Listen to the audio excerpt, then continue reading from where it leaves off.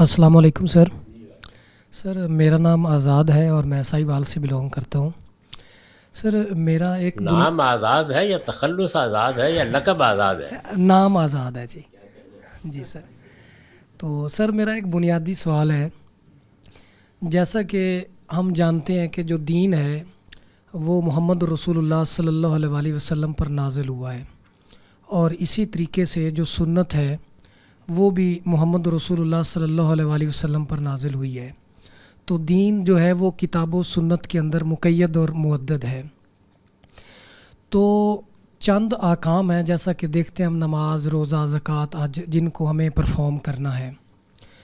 اور جو چیز محمد رسول اللہ صلی اللہ علیہ وسلم پر واجب العمل نہیں ہے وہ دین نہیں ہے.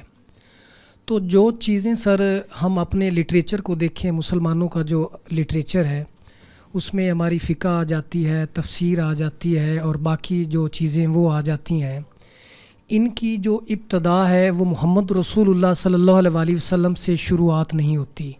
وہ ظاہر ہے آپ کی تفسیر ہے، مولانا مودودی رحمہ اللہ علیہ کی تفسیر ہے، یا باقی لوگوں کی جو تفاسیر ہیں، یا اسی طریقے سے حنفیت ہے، شافعیت ہے.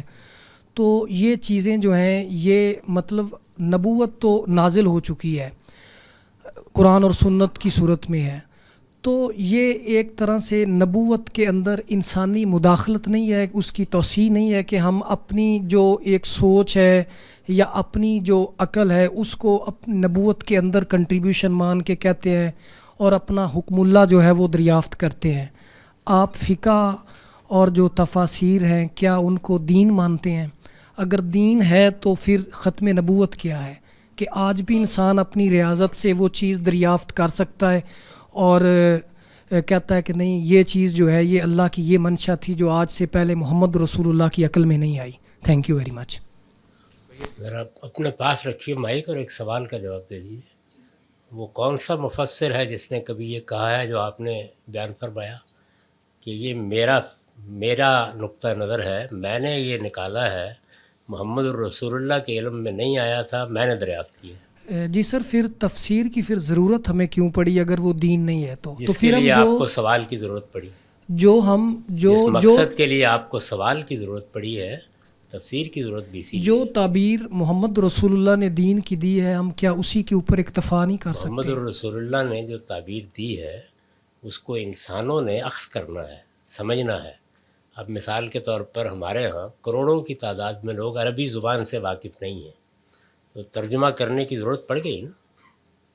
اس کا کوئی حل ہے آپ کے پاس؟ نہیں سر، ترجمے اور تفسیر میں تو فرق ہے نا. کوئی فرق ترجمہ تو وہ ایک بالکل کوئی فرق نہیں، ایک ہی چیز.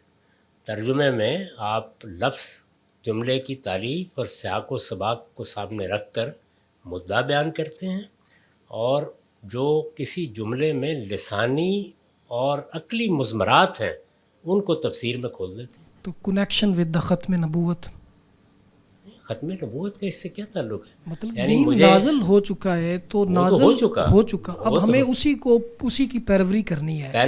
پیروی سمجھ کے کریں گے نا. آپ درمیان میں ایک کڑی کو حذف کر رہے ہیں. یعنی مجھے جس چیز کی پیروی آپ گفتگو فرما رہے ہیں، آپ بتائیں آپ کی بات کو سمجھے بغیر کیسے پیروی کروں آپ کی بات کی؟ تو وہ سر ہمارے سامنے موجود ہے، نماز ہم آپ پڑھ بھی رہے میرے ہیں، سامنے موجود ہیں. روزہ اب رکھ رہے آپ ہیں. نے کچھ الفاظ بولنے ہیں، مجھے ان الفاظ کو سمجھنا ہے. تو یہ سمجھ لیجئے کہ ترجمے میں کیا ہوتا ہے. ترجمے میں لفظ، تالیف جملہ اور سیاق و سباق کی روشنی میں آپ لفظوں کو کسی دوسری زبان میں منتقل کرتے ہیں. تفسیر میں آپ اسی جملے کے لسانی اور عقلی مضمرات بیان کرتے ہیں، وہ اس کی پیدائش کے ساتھ اس کے اندر موجود ہوتے ہیں. جی، مطلب تفسیر اور جو فقہ ہے اسے آپ دین کہتے ہیں، یہ دین ہے. یہ دین کا فہم ہے.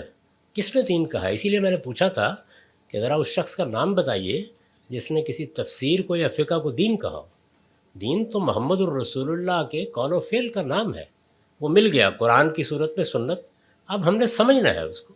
یہ سمجھنے کا عمل ہے، اور سمجھنے کے عمل سے جو بالا تر انسان کوئی پیدا ہو گیا ہے اس کی زیارت کروائیے، میں اپنا قیام یہاں ممتد کر دوں گا.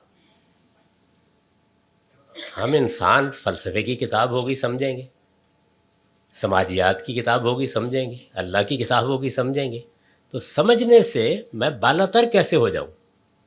یہ تو میری انسانی ضرورت ہے کہ مجھے سمجھنا ہے، اور جب ہم کسی چیز کو سمجھنا چاہتے ہیں تو لازمی طور پر جو اس سے بات ہم نے اخذ کی ہے اس کو بیان کریں گے الفاظ میں، جیسے ہی بیان کرتے ہیں وہ تفسیر بن جاتی ہے۔ فقہ کیا ہے؟ فقہ اصل میں کسی کلام کے یا کسی حکم کے عقلی مضمرات کا بیان ہے۔ مضمرات لفظ پہ توجہ کیجیے، یعنی وہ چیز جو چھپی ہوئی ہے لفظ کے اندر، اس کو نکال کے باہر لے آتے ہیں۔